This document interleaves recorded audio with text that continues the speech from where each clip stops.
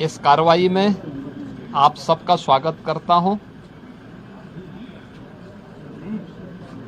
उत्तर प्रदेश विधानमंडल आज से अपना बजट सत्र प्रारंभ कर रहा है और जो संसदीय परंपराएं हैं उसके अनुरूप इसकी शुरुआत माननीय राज्यपाल जी के अभिभाषण से होगी।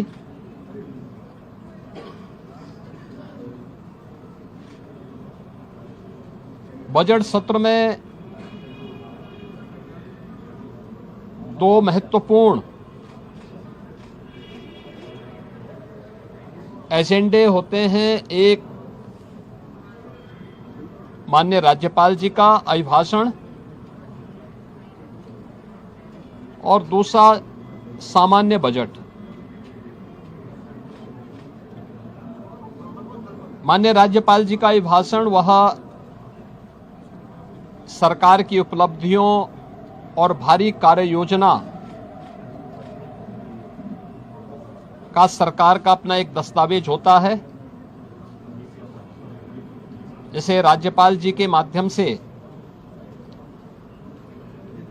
सदन के माध्यम से पूरे प्रदेश की जनता जनार्दन को समर्पित किया जाता है और यह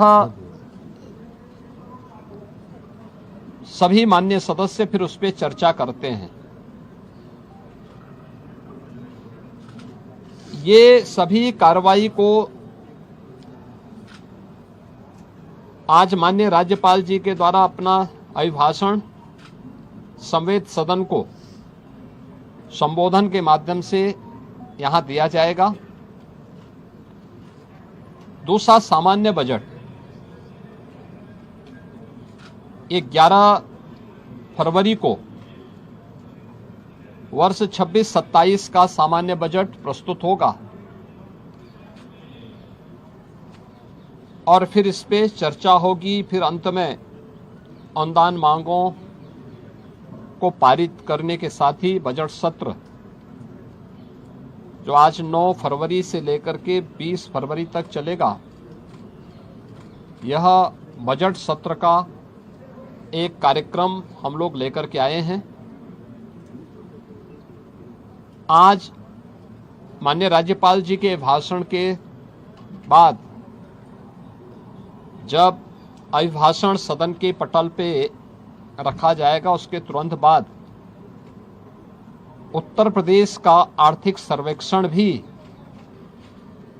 सदन में प्रस्तुत होगा।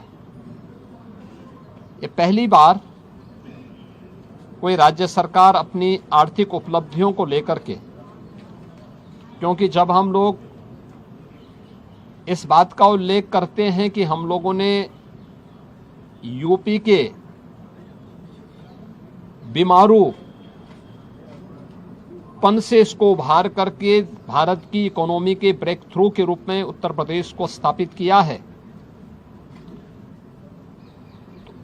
उन सभी कारकों को और उत्तर प्रदेश की इस आर्थिक उन्नयन की इस यात्रा को भी जानने का अधिकार सभी माननीय जनप्रतिनिधियों को और उत्तर प्रदेश की जनता जनार्दन को होना चाहिए।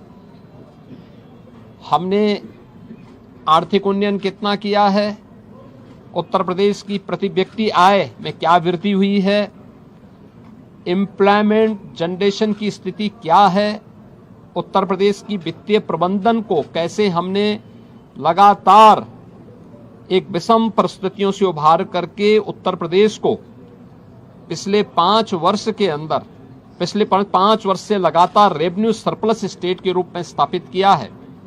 इन सब को लेकर के आर्थिक सर्वेक्षण की रिपोर्ट भी आज सदन में प्रस्तुत होगी और मुझे लगता है कि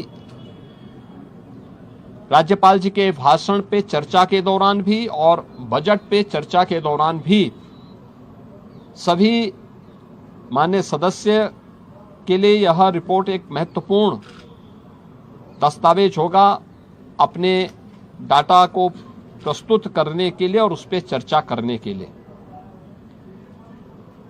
वास्तव में विधानमंडल लोकतंत्र का एक महत्वपूर्ण आधार स्तंभ है। यह संवाद से चलता है,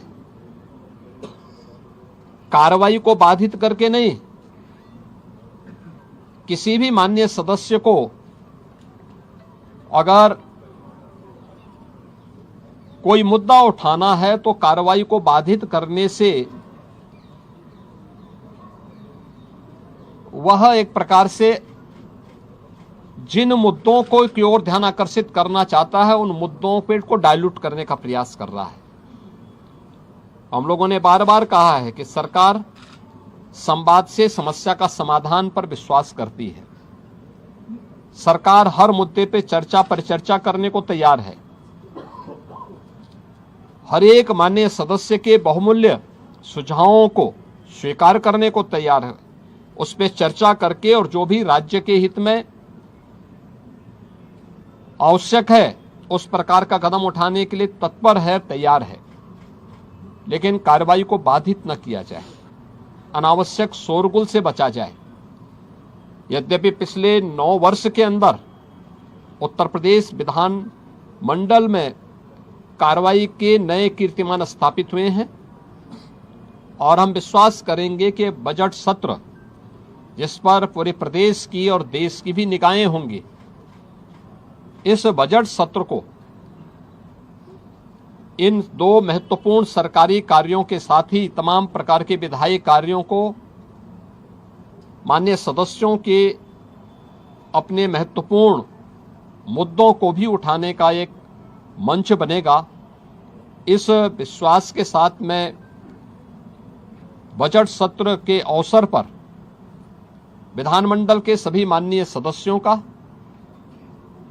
और इस पूरी प्रक्रिया को सुचारू रूप से संपन्न करने के लिए विधानमंडल से जुड़े हुए जो हमारे अधिकारीगण हैं उन सब का भी, आप सभी का भी मैं हृदय से अभिनंदन करता हूं और विश्वास करता हूं कि बजट सत्र उत्तर प्रदेश के विकास की इस स्पीड को और तीव्र करने में एक बड़ी भूमिका का निर्वहन करेगा।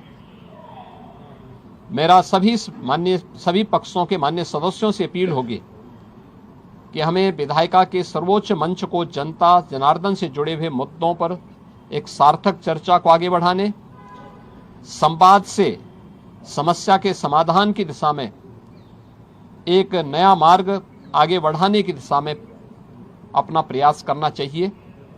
मैं सभी माननीय सदस्यों का बजट सत्र के अवसर पर, क्योंकि यह सत्र और यह वर्ष हमारी सरकार का 10वां बजट है, तो उस दृष्टि से अत्यंत महत्वपूर्ण है। मैं सभी का एक बार फिर से सबका स्वागत करता हूं।